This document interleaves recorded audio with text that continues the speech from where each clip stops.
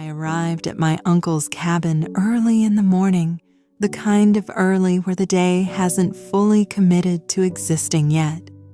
The sky was pale and undecided, stretched thin over the trees like it might tear if pressed too hard. Casper jumped out of the car before I had even turned the engine off, boots hitting frost-stiff ground, tail already wagging like he'd been appointed guardian of the woods.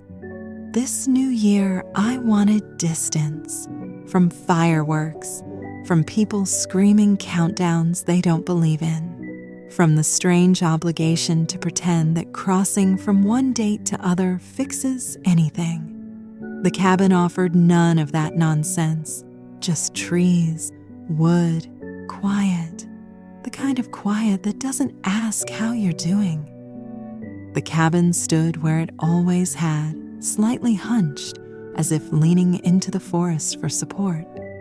The wood siding had darkened with age, grain raised and weathered, like skin that had seen too many seasons to care about appearances. Smoke did not rise from the chimney yet. It felt dormant, watching. I unlocked the door, the key stiff with cold, and stepped inside. The air was sharp and still, holding the scent of old timber, ash, and something faintly metallic. Winter had settled deep into the walls. Casper trotted in behind me, paused, then walked the perimeter of the room slowly, nose down, cataloging every absence and memory. I dropped my bag by the door and stood there longer than necessary. There's always a moment in places like this where your body adjusts. City noise drains out of your ears. Your shoulders drop without being told. The silence doesn't rush you. It waits. I changed into boots and a thick sweater, tied my hair back, and stepped outside again. The woods were awake now, not loud, just present. Branches creaked overhead, snow crunched underfoot. Casper bounded ahead, stopping every few steps to look back at me as if checking whether I was keeping up with my own decision. Firewood came first, not because it was urgent, but because it was inevitable. I followed a familiar path into the trees, one my uncle had walked 100 times before me. Fallen branches lay scattered, snapped clean by wind or age. I lifted them one by one, feeling the weight, the resistance, the solid honesty of wood that would soon burn. Casper led, nose twitching, ears swiveling. Once or twice he stopped, staring into the trees longer than made sense. I told myself it was squirrels, or deer, or the forest being a forest. Still, something about the way the sound dampened as we walked deeper made my skin tighten, as if the woods were absorbing noise rather than reflecting it. By late afternoon, the firewood was stacked neatly against the cabin wall. The sky had begun its slow shift, light thinning, shadows stretching. I swept the porch, brushed snow from the steps, and carried the first armful of logs inside. Before it gets dark, the cabin needed electricity and I a bath. So I walked carefully, avoiding the snow, towards the back of the cabin to the fuse box. It was just a flick of an old switch, but it took all my strength after the day's work. Casper helped by comfortably nestling between my feet as I struggled. With a loud thud that echoed through the woods, electricity was back.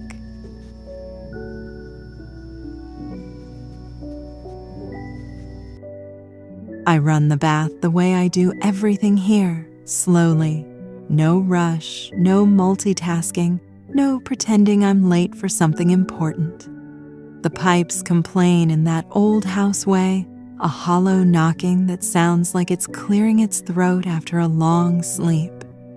Steam begins to rise, softening the room before I even step in. The bathroom is small but thoughtful, a deep tub, porcelain worn smooth where bodies have leaned for decades. The window is fogged, but I leave it cracked just enough for cold air to argue with the heat. I like the balance. I like knowing winter is still out there, waiting. I test the water with my hand. Too hot. I adjust it, then wait again, watching the surface settle. When I step in, the warmth closes around my calves, my knees, my thighs, until I lower myself completely and feel my shoulders finally unclench. The kind of release you don't notice until it happens, like a sentence ending cleanly. I sink back and let my head rest against the curved edge. The water laps gently when I move, a quiet, private sound. No phones, no clocks, no expectations hovering like unpaid bills. Just heat and stillness and the strange luxury of being alone without feeling lonely. I close my eyes. My breath slows on its own. Thoughts drift in and out without grabbing me by the collar. The year feels far away in here. All the noise, all the trying, all the explanations I didn't owe anyone but gave anyway. The bath holds me without questions. It doesn't need me to perform peace. It just lets me have it. My skin warms, then softens, then forgets itself. I stretch my legs, toes brushing the far end of the tub, and smile at how absurdly good it feels to do absolutely nothing. This is care, I think, not grand gestures, just choosing warmth when you can. Eventually, the water cools, not abruptly, gently. A polite reminder that evenings move forward whether I acknowledge them or not. I sit up, breaking the surface, steam rising again like a final sigh. When I step out, the air feels sharper, cleaner. I dry off slowly, wrap myself in thick cotton, and catch my reflection in the mirror. My face looks calmer, not transformed, just settled. Dinner will come next, chopping, stirring, the familiar rhythm of feeding myself something warm. But for now, the bath has done its job.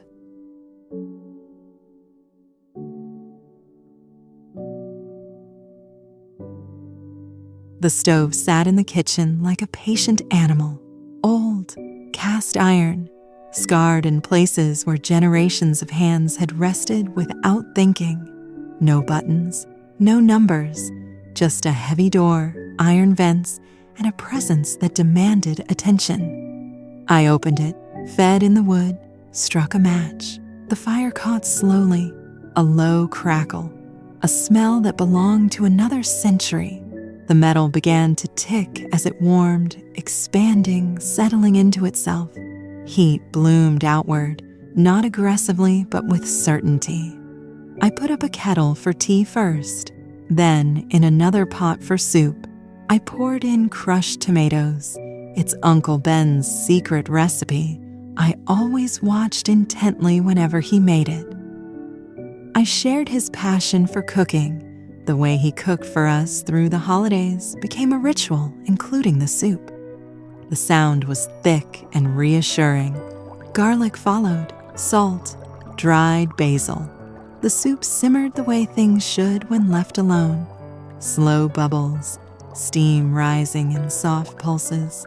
The window fogged, blurring the tree line until the forest became suggestion instead of detail.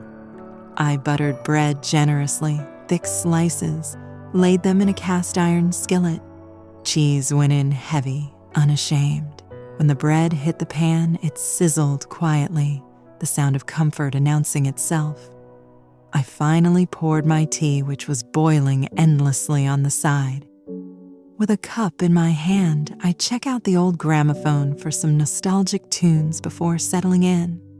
Then it happened, felt faint footsteps, the old wooden board creaking outside. Fear crept in, but I gathered courage to take a peek outside, Casper alert at my side. There was no one, nothing but snow and fog settling in. I walked back to the stove, stirred the soup again, tended the fire before I sit on the sofa. Casper positioned himself directly underfoot, a calculated maneuver. I ignored him. Evening arrived without ceremony as I finally sipped on my tea. Shadows lengthened, then fused. The cabin glowed from the inside out, firelight climbing the walls, catching on beams, lingering in corners like it might overhear something important. Casper woke up again, not gradually, not curious. He shot upright, a low growl tearing out of him before I could stop it. His ears pinned back, his body rigid. My heart responded immediately, unhelpfully, trying to exit my chest. I froze, listening. At first, nothing. Then a sound, soft, deliberate. Footsteps outside the cabin. Casper barked once, sharp and warning. The woods went quiet in response, as if holding its breath. My mind sprinted through every worst-case scenario it had ever learned. I reached for the poker by the stove, feeling ridiculous and exposed all at once. The knock came, slow, measured. I opened the door with the kind of courage that exists only because panic hasn't fully arrived yet. My sister stood there, breath visible in the cold, holding a bag and wearing the exact smile she knows will get her forgiven eventually. I yelled at her, hugged her, threatened her life. Casper forgave her immediately. Traitor. Dinner was simple. We ate in front of fireplace, tomato soup hot enough to require patience, grilled cheese cut diagonally because there are lines you don't cross in life. We ate slowly, listening to the soft pop of the stove, the faint movement of the trees outside. Nothing intruded, nothing asked for more than it was given. After washing up, I closed the curtains, latched the door, and let the cabin settle into night.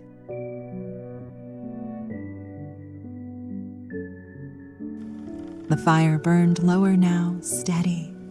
Casper curled at my feet, sighing in his sleep.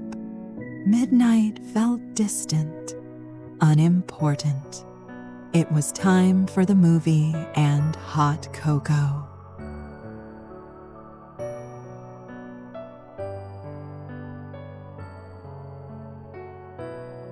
The movie was The Dressmaker, and it unfolded slowly, the way resentment does when it's been waiting years for the right moment. The opening shots alone set the mood wrong in exactly the right way. That wide, punishing landscape, flat, exposed, unforgiving. A town sitting in the middle of nowhere like it had nowhere else to hide its sins. Kate Winslet's character arrived like a ghost who refused to behave like one, dressed in black, controlled, silent in a way that felt heavier than shouting.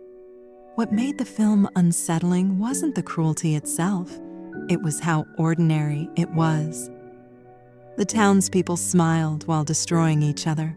Gossip moved faster than truth. Kindness was transactional. Judgment came free with every glance. The dresses changed everything, not just visually, but morally. As the story progressed, the line between justice and cruelty blurred deliberately. The film didn't offer comfort. It didn't reward patience with forgiveness. It showed what happens when a person stops asking to be understood and starts acting anyway. The fire in the cabin popped sharply during one pivotal moment, loud enough to make my sister flinch. She laughed it off, but her eyes didn't leave the screen. By the time the story reached its final act, the atmosphere in the cabin had changed. The fire had burned low, embers glowing deep and watchful. The room felt tighter, warmer, like it was holding something back. On-screen consequences unfolded not with chaos, but with inevitability, the kind of ending that feels less like an explosion and more like gravity finally doing its job. Outside, the woods pressed closer to the windows, dark and unreadable. The movie didn't end when the credits did.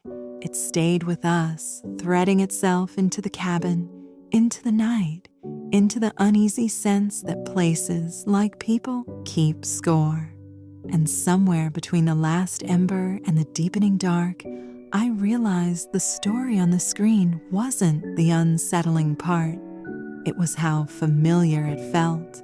Later, long after the credits rolled and my sister slept, I woke to the sound of the stove ticking as it cooled. The fire had burned down to embers. Casper stirred beside me, ears flicking. Outside, something moved. Not footsteps this time. A shift. A presence that felt closer than before. I stayed still, listening, heart steady now in a way that felt wrong. The woods did not answer. They never do. Morning would come, or it wouldn't. Either way, the cabin would remember, and so would I.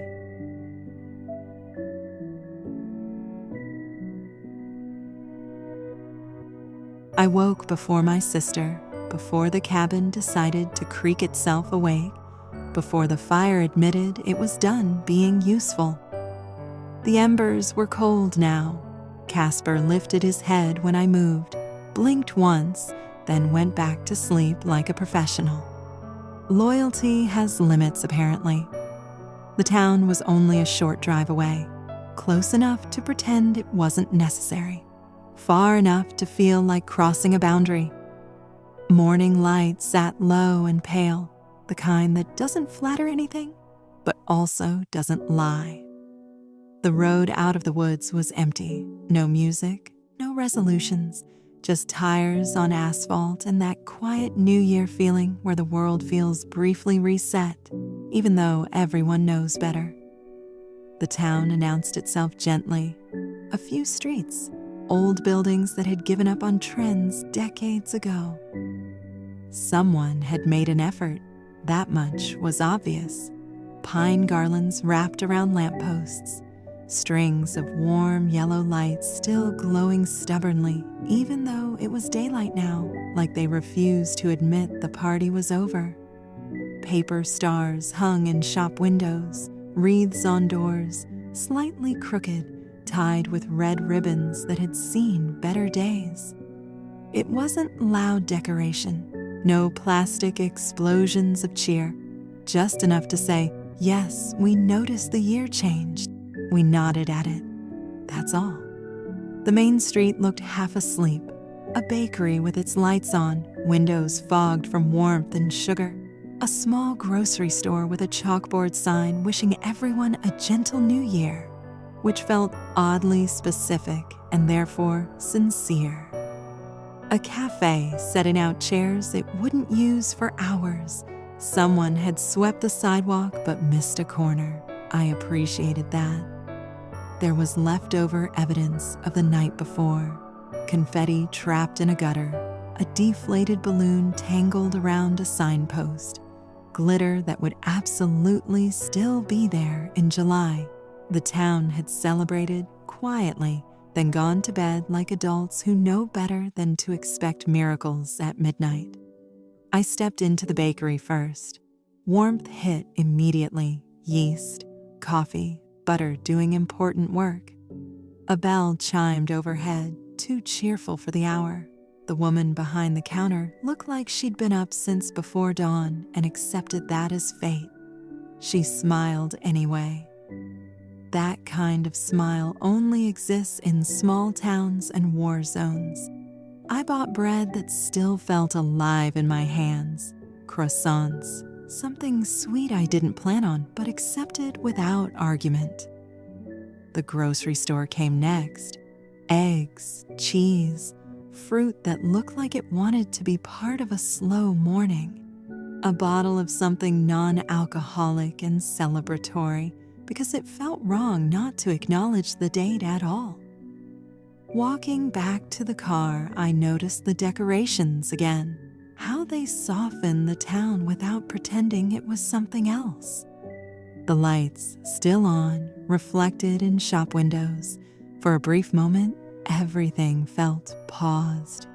as if the town itself was taking a breath before resuming whatever quiet dramas it was storing for later.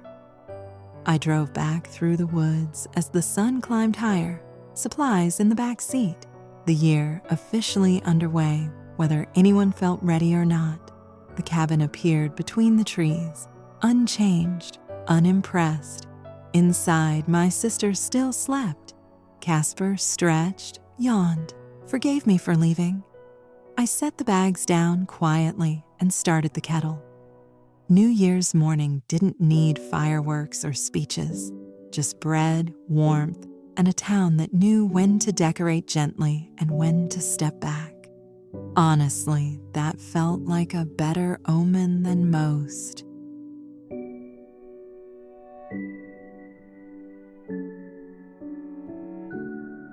The morning didn't announce itself, it just arrived. No alarms, no urgency, just that pale, polite winter light slipping between the trees like it had nowhere better to be.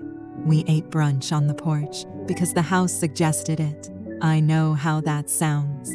Please ignore it. The air was cold enough to keep us honest, warm enough to stay. Plates balanced on the old wooden table, the kind that wobbles slightly no matter how you negotiate with it.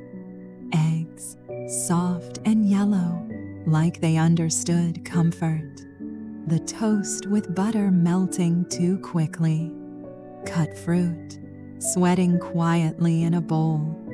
Croissants flaking everywhere, declaring war on cleanliness. Tea steaming in thick mugs that had clearly lived full lives before us. My sister sat opposite me, dark hair loose, not styled, not performing. She looked calmer out here than she ever does in the city, less sharpened, like the woods filed down some internal edge overnight. She had one leg tucked under the chair, shoulder slouched, staring into her cup as if the tea might confess something interesting. Casper lay sprawled between us, head on the table, still exhausted from his midnight dramatics, occasionally opening one eye just to make sure no one had stolen the morning. We didn't talk much at first. That was the rule, not spoken, just obeyed. You don't rush mornings like this. You let them finish their sentence. Somewhere behind us, the kitchen smelled faintly of yesterday. Tomato soup ghosts, toasted bread. The old oven ticked as it cooled, offended it was no longer the center of attention. The stove had done its duty and was now sulking in silence. I forgot how quiet can feel loud, my sister said finally. I nodded because explaining it would have ruined it. The forest was doing its own brunch ritual. Branches dripping with last night's frost. Birds negotiating territory like tiny lawyers.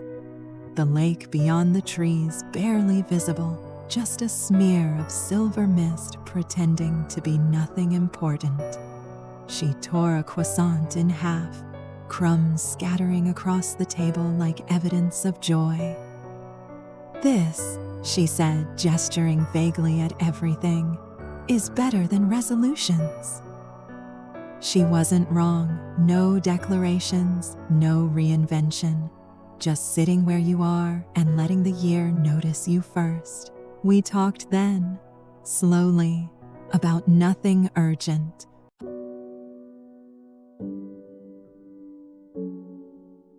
After brunch, the plates stayed where they were. Crumbs, mugs, a half-eaten croissant. Evidence that something good had happened.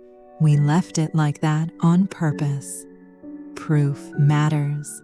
We pulled on coats and stepped into the forest the way you step into a thought you've been avoiding. No announcement, no big decision speech, just boots on damp earth. And the ritual lamp we carried as kids.